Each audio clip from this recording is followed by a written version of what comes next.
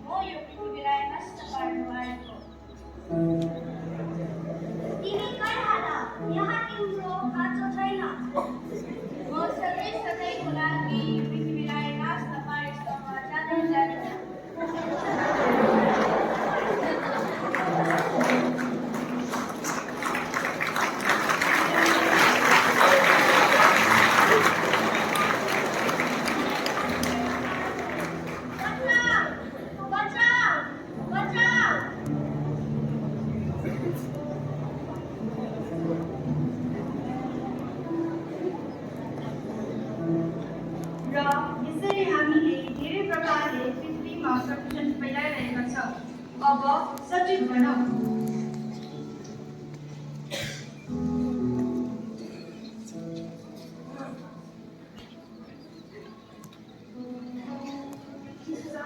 हाम्रो सम्बन्ध प्रकृति नै हुन् हामी सबै प्राणीका जननी। धन्य प्रकृति हामी हौ र स्रोत धनी।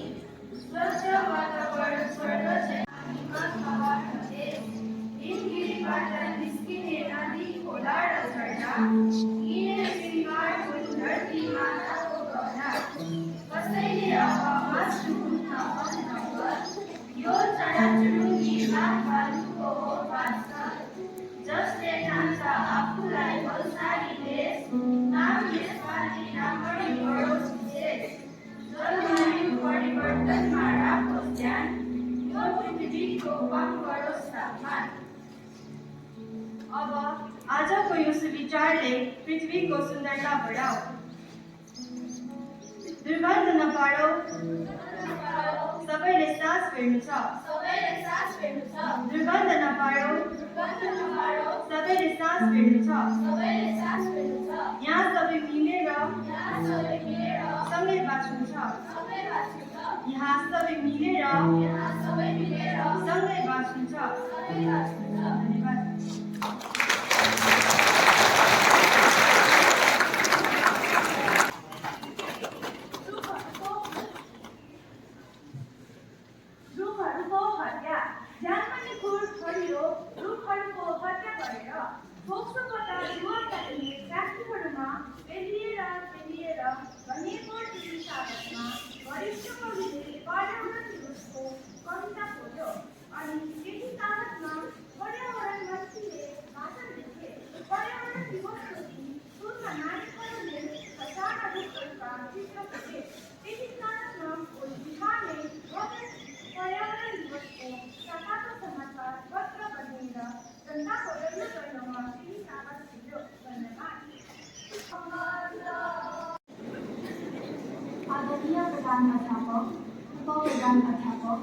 शिक्षक शिक्षिकागण साथै सम्पूर्ण छात्र छात्रावर्गलाई मेरो सदनबाट शुभ प्रभात।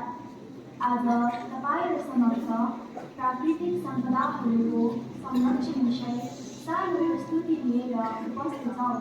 स्वीकार्नुहोस्।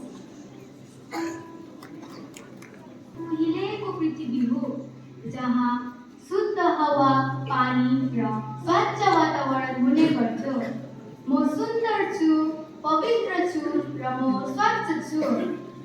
आकाशमा हेर शीतल हावाको वेगसँग चराहरू उडिरहेका छन्। म सुन्दर छु, पवित्र छु, म भित्र केही प्रकारको रोग छैन, म स्वस्थ छु। म वर्तमान समयको पृथ्वी हुँ। मेरो अवस्था शोचनीय छ। जताभावी फैलिरहेका प्लास्टिक प्रदूषण, रसायन प्रदूषण, दूषित हावा र दूषित पानीले गर्दा म धेरै अस्वस्थ छु। मेरो यस अवस्था सुधार्नको निम्ति मानव जातिले के कार्यहरू गर्न सक्छन् होला? उनीहरूले धेरै कुरा गर्न सक्छन् नि, जस्तै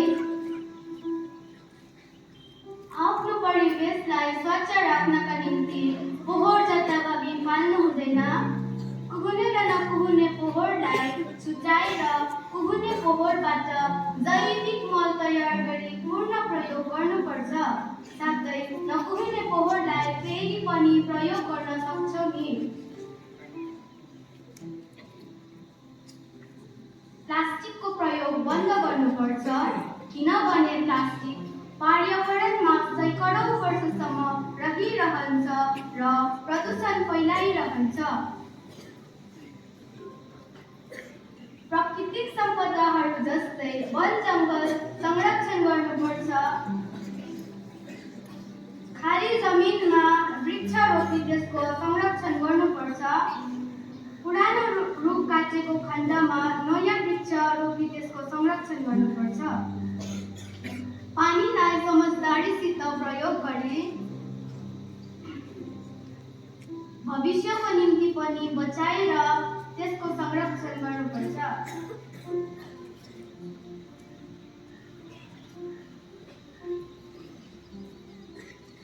आजको सुविचार: वन जङ्गल, पानी, पोखरी र खोला संरक्षण गरे जति होला। वन जङ्गल, पानी, पोखरी र खोला संरक्षण गरे जति होला। धन्यवाद।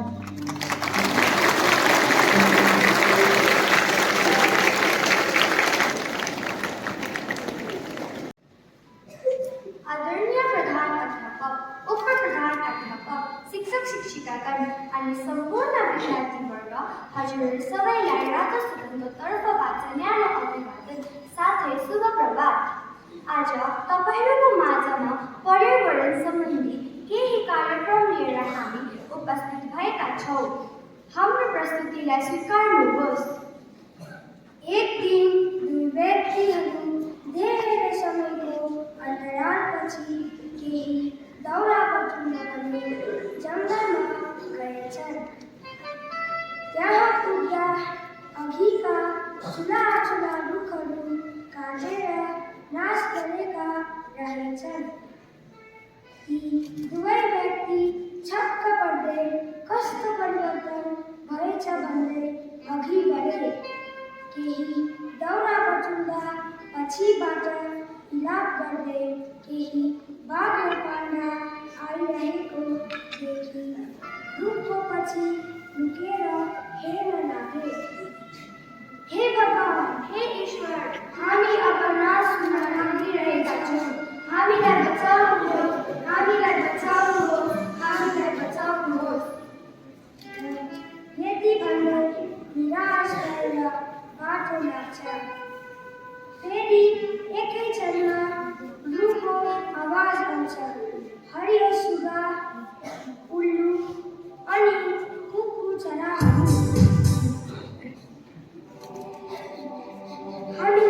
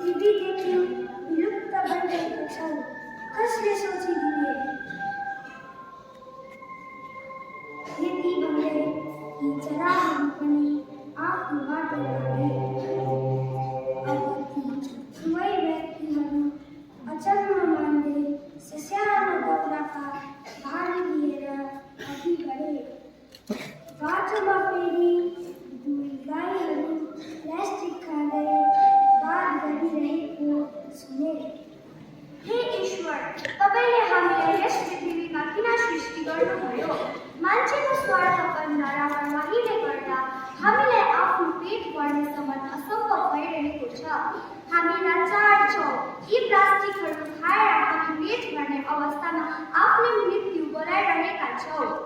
यसो भन्दै रुँदै प्लास्टिक खान लाग्छन्। यी दुवै व्यक्तिले आफ्नो भारी फ्याँकेर वस्तुहरूका मुखबाट प्लास्टिकहरू निकालिदिन्छन् र दुवै घोप्चो गरेर रुन लाग्छ। हेर्नुहोस् यहाँ, यी गाईहरू प्लास्टिक खान बाध्य भएका छन् हाम्रै कारणले। तसर्थ प्लास्टिक प्रयोग गर्न छोडौँ, सठिक ठाउँमा फ्याँक्न वा जलाउने प्रयास गरौँ। यसरी नै आज ईश्वरले सृष्टि गरेका हरेक कुराहरू बिस्तारै विलुप्त भइरहेका छन् हाम्रै सोच र कामहरूले। तर यी कुराहरू हामीले महसुस गर्न सकेका छैनौँ। तसर्थ आऊ हामीमा भएको लापरवाहीका आदतहरू छोडौँ। मैले गर्दा अरूलाई के हानि पुग्न गएको छ सोचौँ अनि सबै मिली शब्दहरूमा मात्र होइन कार्यरूपमा पनि असन्तुलित भएका पर्यावरणको निवारण गरौँ। वन जङ्गल बचाऊ, विलुप्त हुँदै गएका प्राणीहरूको संरक्षण गरौँ। वन जङ्गल बचाऊ, विलुप्त हुँदै गएका प्राणी